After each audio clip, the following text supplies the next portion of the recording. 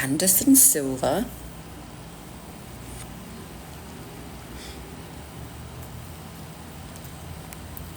Hello, good morning.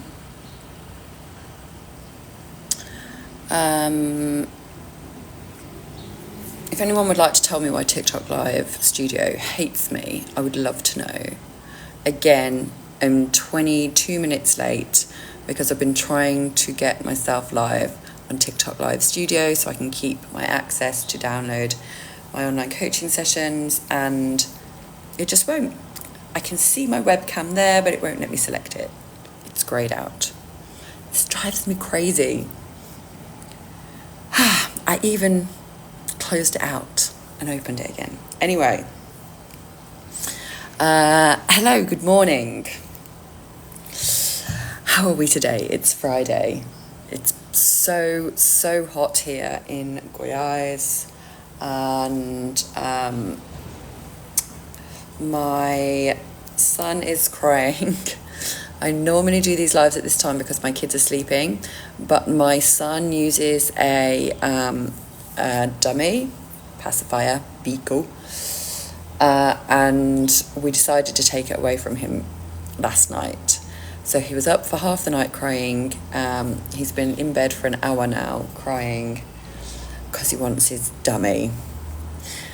Anyway, I'm going to do my best to carry on anyway. Hi, Oscar. I'm late again because, again, I've been trying to get my TikTok Live Studio working, and it's just not doing. I can see my webcam there, but it's not letting me select it. I click go live and it says I've got no battery, even though my laptop is plugged in. Anyway, let's get on with it, shall we? TikTok Live Studio is, it's like the laptop version of TikTok Live. So instead of going live on my phone, I go live on the laptop, and that just means that I can download the lives afterwards because I post them to YouTube.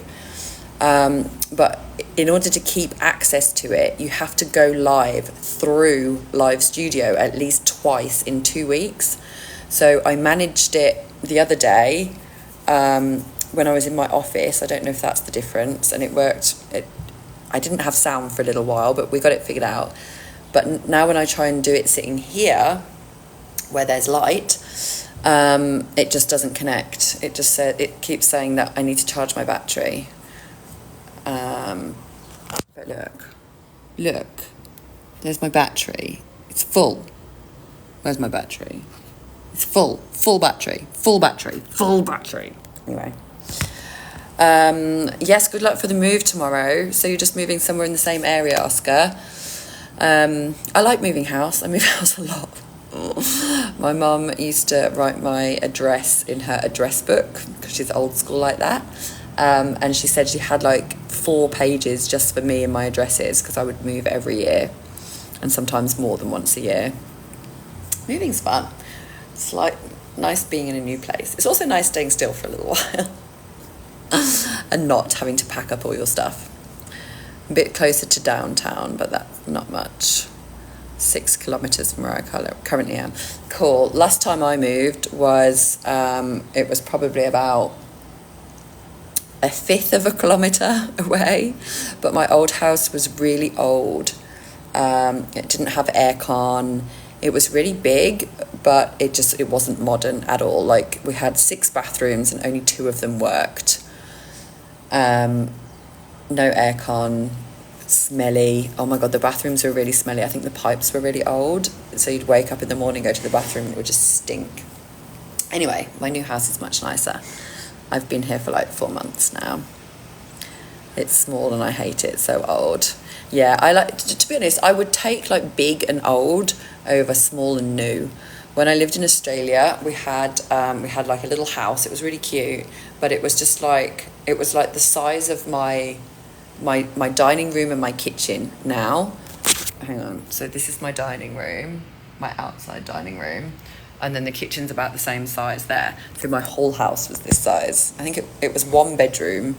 And then like there was a little area that we had Elise's cot in. Luca wasn't born yet when I lived there. I'll take anything as long as there's no bugs. Oh, the ants. There are so many ants here. It feels like there's ants crawling on you all the time. Yes. So, happy Friday. What do I want to talk to you guys about today? I know. Hello, Anthony. I haven't listened to your voice notes yet, Anthony. I saw them when I was in the car with my kids, and they do not let me listen to anything on my phone. So when people send me voice notes, it can take me a while to listen to them. I have to wait for the kids to go to bed, because they don't like to see me listening on my phone. I have one friend who always sends me videos of herself talking. I don't know anybody else that does that. Everybody does voice notes or typing, right? She does videos. So I can't even speed them up. So it takes me days to get through her videos, because she'll send me like a 4-minute long video and I'll watch it for like 30 seconds and then the kids will come and climb on me and I have to stop and I have to start again. Why don't they like it? They just like my attention. They like to have my attention. They don't like me to eat. They don't like me to go to the toilet. They don't like me to have a shower. They just like me to play with them all the time. Mum life. It's my own fault. It's because I wanted to be the kind of mum that played with my kids, right? My mum didn't play with me very much, but my dad did. And so I just wanted to be the kind of parent that like would play with my kids. Plus, I love playing. Like, I'm kind of a big kid myself. I love playing. I love doing dress up. I love playing make-believe. We do a lot of like cooking together and painting and crafts and stuff.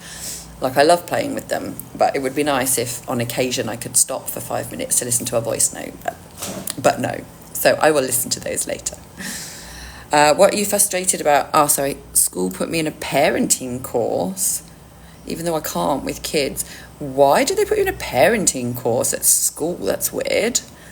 Are they trying to encourage people to become parents? I read yesterday that the birth rate in the US is the lowest it's like ever been since records began in 1930. Like, people are just not really having kids anymore. I have no clue. It's so awkward. Yeah, I would not enjoy that at all. Like, I like my own kids, but I don't like kids in general. Like, I'm not really a kid person. I'm a dog person. I like dogs. Oh, I had the craziest dream last night. I was awake for most of the night because we've decided to take the pacifier away from my 2-year-old. And so he was awake most of last night, crying. And so I was like in and out of sleep. And so I was like visualizing Universal. And you know how yesterday I was talking about how I'd been visualizing it too small. And so this time I was visualizing it big. I was visualizing it like all over the globe. I was visualizing like $1 billion deal coming my way to like open multiple Universals at once. And then I must have fallen asleep while I was visualizing that. And so I kind of like dreamed around what I'd been thinking about. But it wasn't Universal Healing Center for humans. It was Universal Healing Shelter for dogs. It's because we rescued a dog the other day. We rescued a dog. Can I show you? If I had live studio, I would be able to show you a picture of the dog we rescued. She's like a little... Let me see if I can show you her out the kitchen window. She's a little Yorkie. She was on the side of the road, really beaten up. She's got a tumour, so we're not sure if she's got cancer or not. We're not really sure what to do with her, to be honest. There she is. Princess! Hey! Princess! Aww. We barely need to give her a shower today. The poor thing's so dirty and smelly. Yeah, so we might have another dog. We're trying to find somebody to get her. Well, that's not her actual name, so I shout Princess at her because we haven't named her because we're trying not to get too attached, but we've got to call her something. But I don't know what her name is. How did I show you before? Did I show you? Like, we're teenagers, why do they want us to know about babies? Oh, is it just like, I don't know. It is weird. Cherry and Rabbit are very intrigued. Oh, I showed you pictures. Oh yeah, because I was on live studio, wasn't I? So I could show you the pictures on the phone because I got the fucking live studio working. Yes. So, universal healing shelter. I would love to do that. I always said if I won the lottery, I would open a dog shelter and take in all the strays and get them all fixed up and give them loads of love because I love doggies. I was going to say something else then. What was I going to say? I'm so distracted because I've got the TikTok. Let me put it down. I've got the TikTok live studio open in front of me, and every time I see it, it's annoying me. I was going to say, I'm going to see if she's joined. Have you ever thought about being vegetarian or like vegan? Like, I kind of am. I don't eat much meat. I did go vegan for a little while, but I like eggs, and cheese. I like cheese. I like butter and chocolate, milk. I really like dairy. So vegan didn't work for me, but I kind of am vegetarian. I don't eat much meat. I eat fish. Yeah, I'm pescatarian, kind of, because I also eat a little bit of chicken every now and again. Right, shall we do some coaching? What did I do a video about?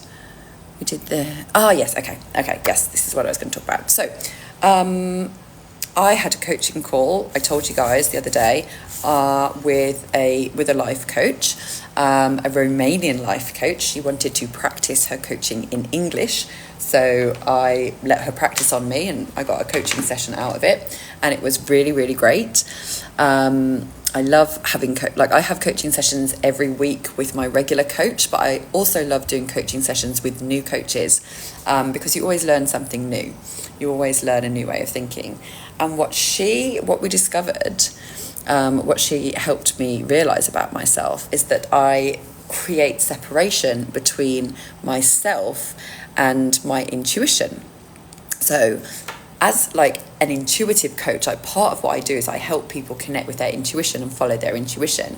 But for me, I always picture my intuition as like a fairy tale character.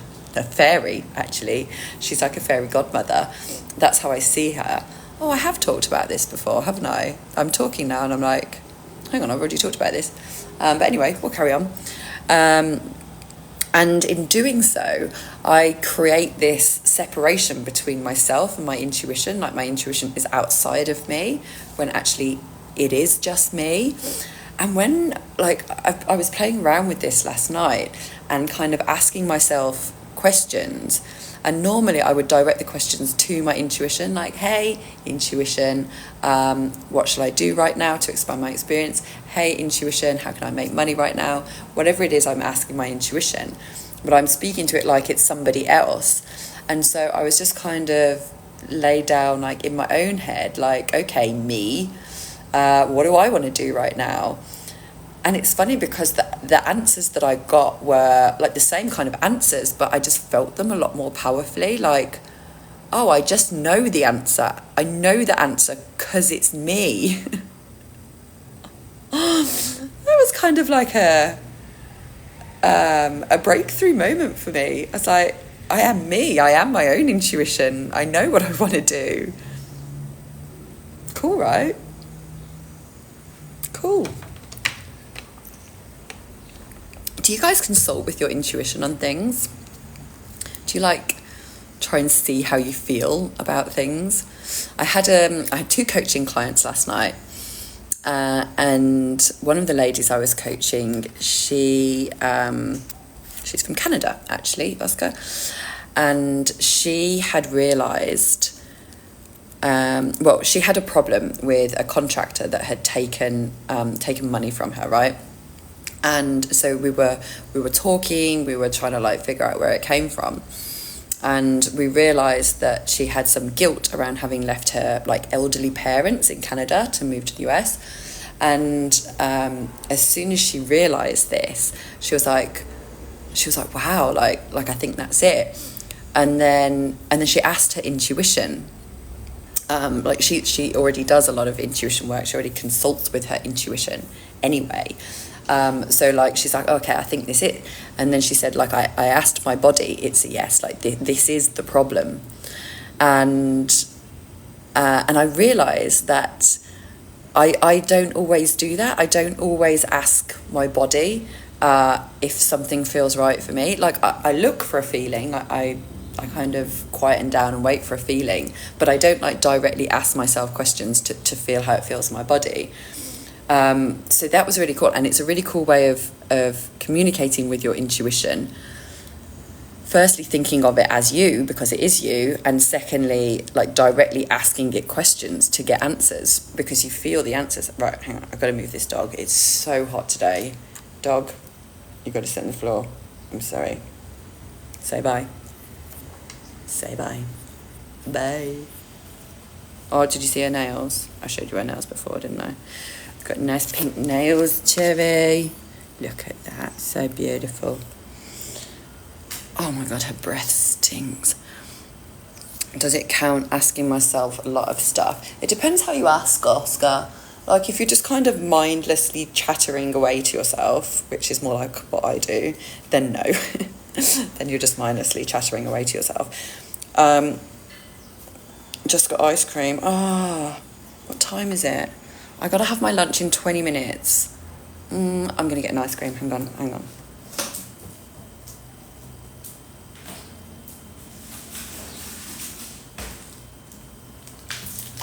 Yeah. Great idea, Oscar. So yeah, right. I spoke a little bit about this the other day. Kinesiology. Kinesiology. I don't know how to say it. I just read it in a book. Kinesiology. Something like that.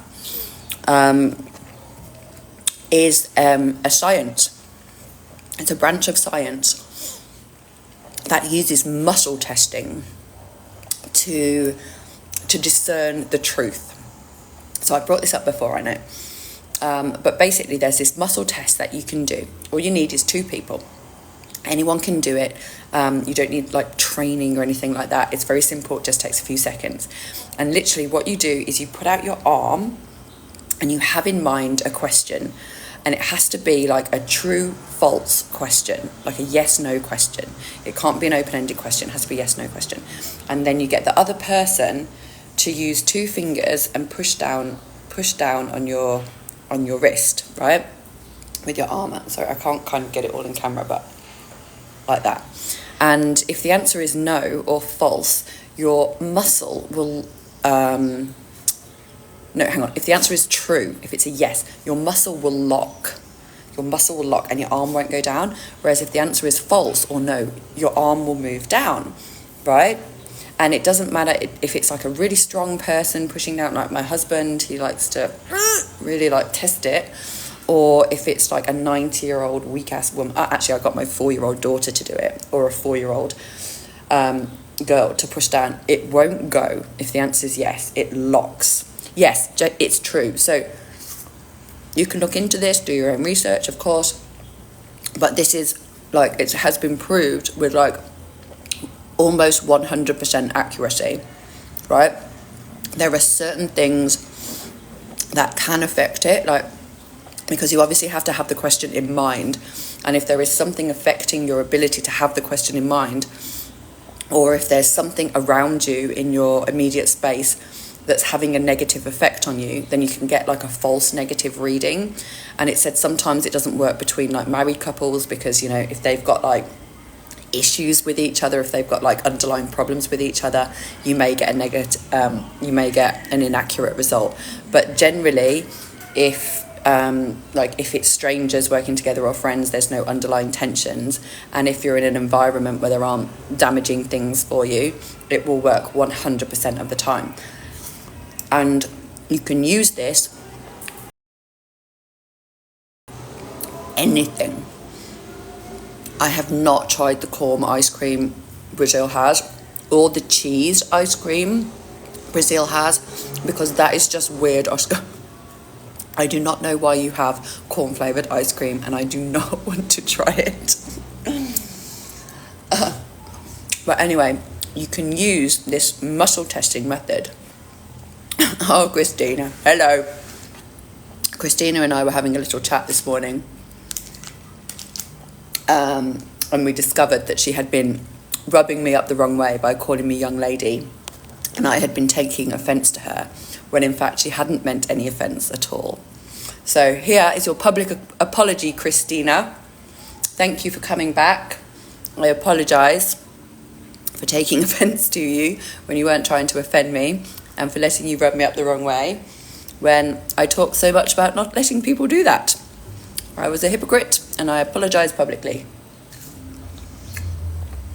So, it's delicious, I swear. Oscar, okay, if I come across one, I'll try it for you. But I'm not happy about it. So, this muscle testing technique you can use on anything, and particularly on health matters, right? So you can ask yourself if you are healthy, if there's anything wrong with you. You have to obviously make it a yes/no question. So if you feel like you're getting sick, you can ask your body, am I getting sick? Am I getting whatever? And if it's a yes, you can say, okay, if I take this, will it be beneficial for me, right? And you can ask your body a series of questions using this muscle testing technique, and your body always knows what is best for it and will always answer accurately with what is best for you. So the book I'm reading about this is called Power versus Force by Dr. David Hawkins. It's a very famous book that is referenced in a lot of personal development and spiritual books, and well worth a read if you want to learn more about this. But I was doing it the other day because I hadn't washed my hair. I didn't wash my hair for 3 months because I hate washing my hair. It takes forever. It's just annoying. I hate washing my hair. Plus my kids don't like to let me wash my hair in peace. So I stopped washing it for 3 months, and it was driving my husband crazy. I was washing it with water, just not with shampoo. It was driving my husband crazy because every time I washed it, I smelled like a wet dog. And I was trying to put essential oils on it and stuff, and it just wasn't helping. He was like, my God, you've just got to wash your hair. And so we did the muscle testing thing. And I was like, is it beneficial for me not to wash my hair? And I got a no. So I washed my hair yesterday. And I got so many compliments on how good my hair looked after that. NH, welcome back. Hello. I just received a job offer, but I'm also expecting a better offer coming. Ooh. Okay, so sorry. It's hard to eat the ice cream quickly because it's cold. NH.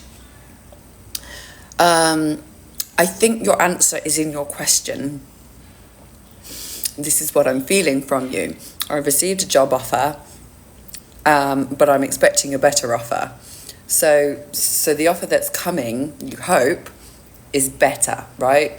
The job offer that you have at the moment is worse, in your opinion, according to what you've written, right? If the one coming is better, then the one you have is obviously worse.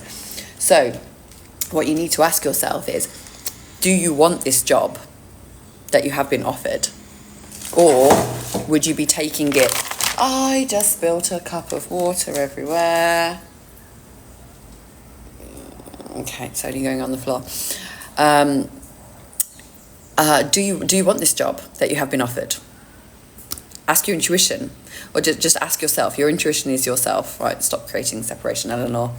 Your intuition is yourself. Ask yourself, do I want this job? How do you feel in your body? Do you feel excited about the job? Or do you feel like, not really? You know the answer because you wrote it in the question. The one that's coming is better, right? So now it's just a case of, do you trust in the process and wait for the better offer? Or do you take something that you potentially are not resonating with just for the money? I think you know what I'm going to say. I'm all about doing the thing you love. And actually I just created an Instagram reel about it 3 seconds before I started this live. The The offer that I got now is actually a backup just in case I don't get the one I really want. Okay, there you go then. And you can be honest about that with them. I mean, they may not wait around for you, but you can say to them, look, I've applied for a couple of roles. There's another one that I'm waiting to hear back from, so I'm afraid I can't give you an answer until I hear back from the other one. Just be honest, right? You don't have to turn it down immediately. If it's a backup offer, keep it as a backup. But like I talk a lot about doing what you enjoy, right? Working with what you love.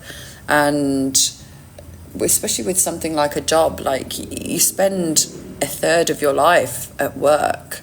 You want to be doing something that you enjoy. You want to be spending it doing something that fills you with passion. Like, there is only now, there is no future. Both of them reach out to me, but the better one take longer time to process. Yeah, because it's better. They've probably got more people to go through. But yeah, like I would suggest. Hello. Oh, the boy is here.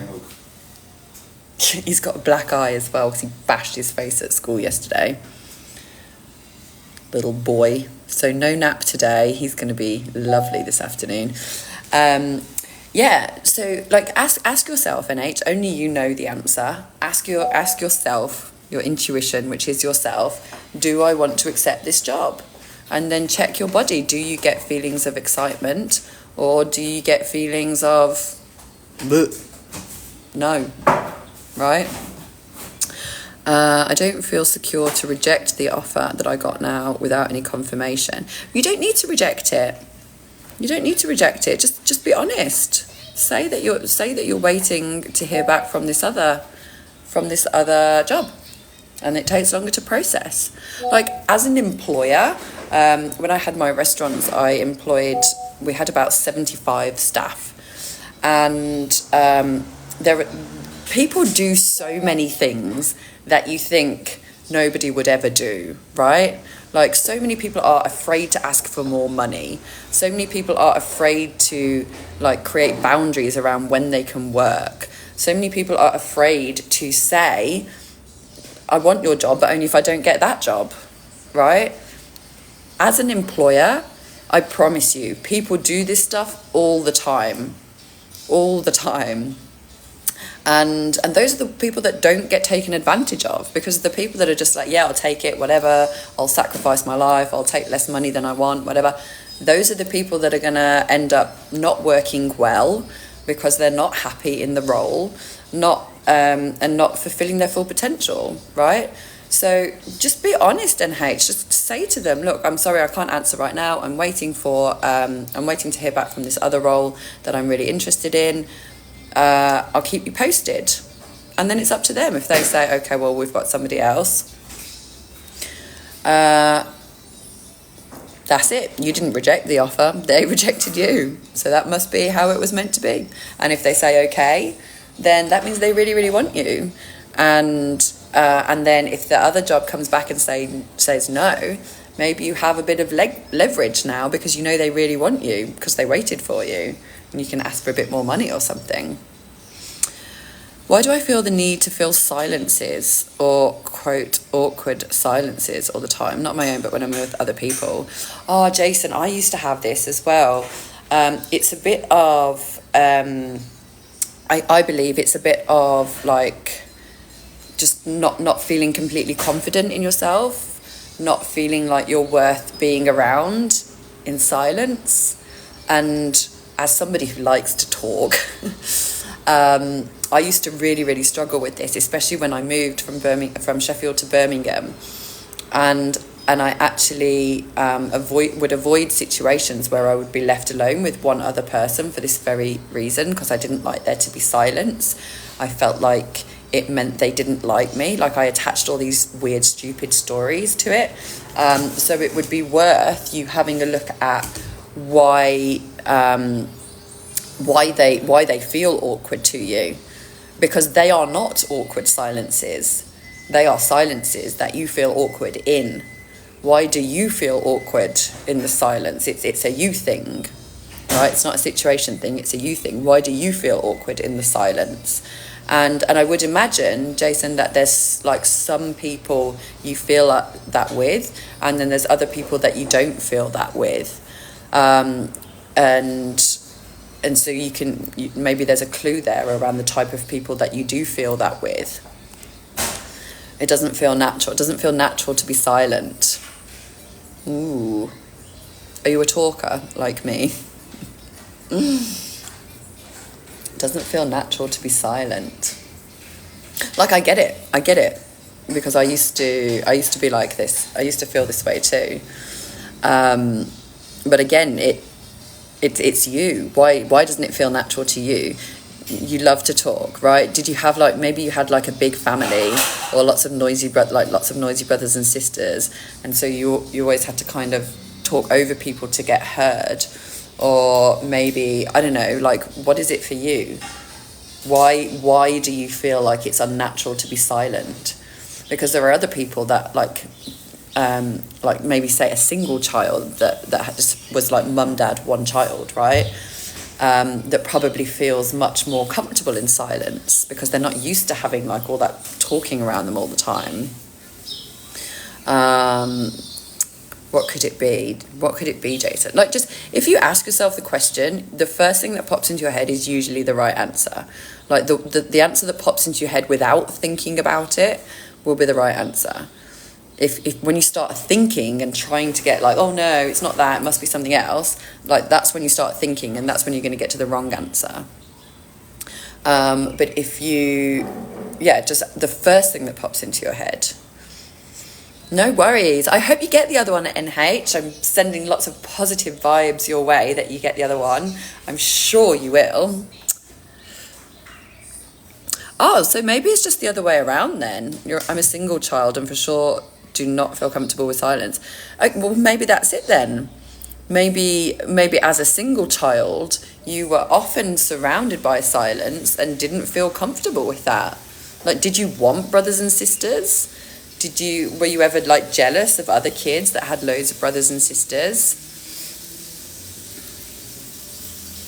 Like, I'm just shooting fish in a barrel. You have the answers. You have the answers within you, right? I don't know what they are. I'm just throwing stuff at you. If I say something that you get a feeling about, then maybe I hit on the right track, but I'm just guessing because I don't know you. I don't know how you grew up.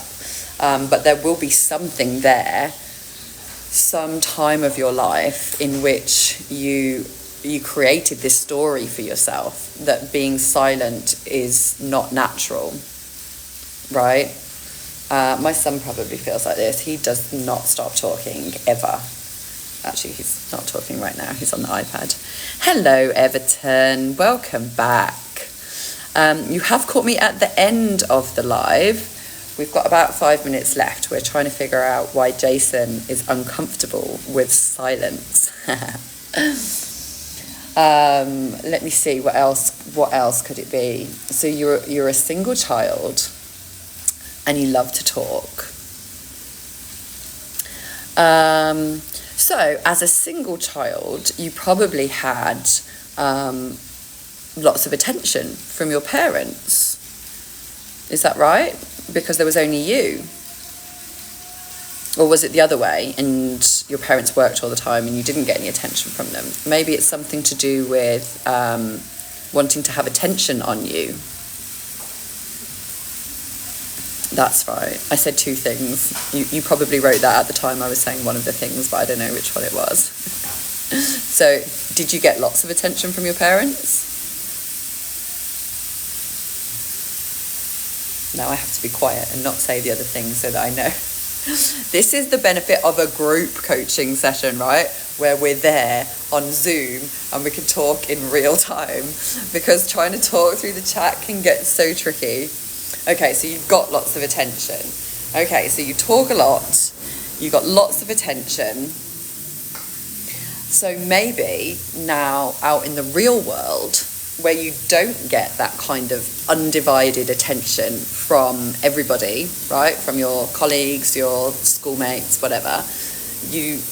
everybody's vying for attention, right? You don't naturally get all of it because there's more than one person around. So maybe you feel that by talking, you're getting that attention back on yourself, like you did when you were growing up, that you have to talk to get the attention of the other person. Does that create any feelings, or are we still missing the mark?